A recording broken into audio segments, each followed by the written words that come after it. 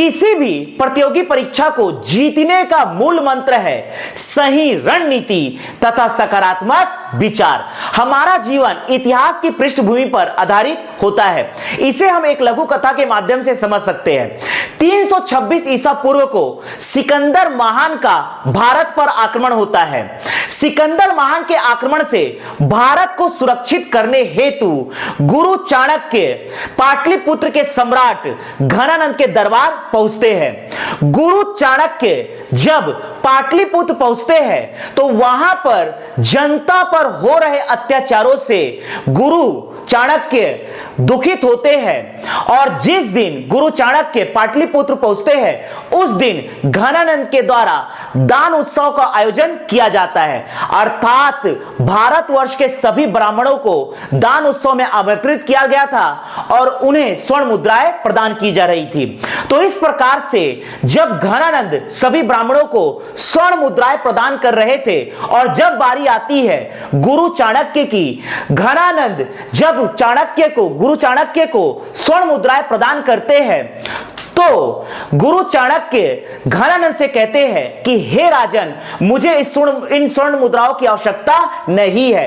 किसी भी शासक का जनता के प्रति निरंकुश होना ठीक नहीं है। इस बात को सुनकर सम्राट घनानंद तत्काल गुरु चाणक्य को अपने दरबार से निकालने की अनुमति प्रदान करते हैं।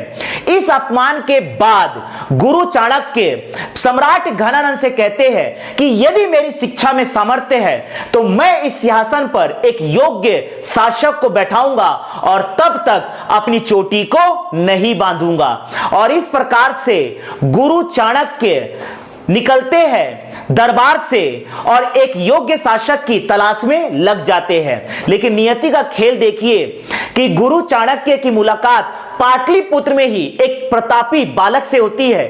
उस प्रतापी बालक को गुरु चाणक्य राजनीति शास्त्र में निपुण बनाते हैं और कांधार से लेकर वज्जी संघ तक एक सही रणनीति के तहत, गुरु चाणक्य के सही रणनीति के तहत यह प्रतापी बालक कांधार से लेकर वज्जी संघ तक सभी सम्राट को हराता है और उन सम्राट को, हारे हुए सम्राट को अपना मित्र बनाकर एक विशाल सेना की निर्माण करता है। और इस प्रकार से अगली बारी आती है सम्राट घनानंद की।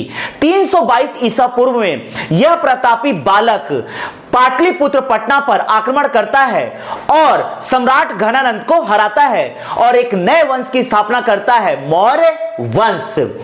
इस प्रकार से यह प्रतापी बालक मगध साम्राज्य के सिंहासन पर बैठता है और गुरु चाणक्य के द्वारा अपनी चोटी को बांधा जाता है। यह प्रतापी बालक कोई और नहीं था, यह थे चंद्रगुप्त मौर्य। तो इस प्रकार से हम भी अपने जीवन के किसी भी छोटे या बड़े युद्ध को एक सही रणनीति तथा सकारात्मक विचार से जीत सकते हैं।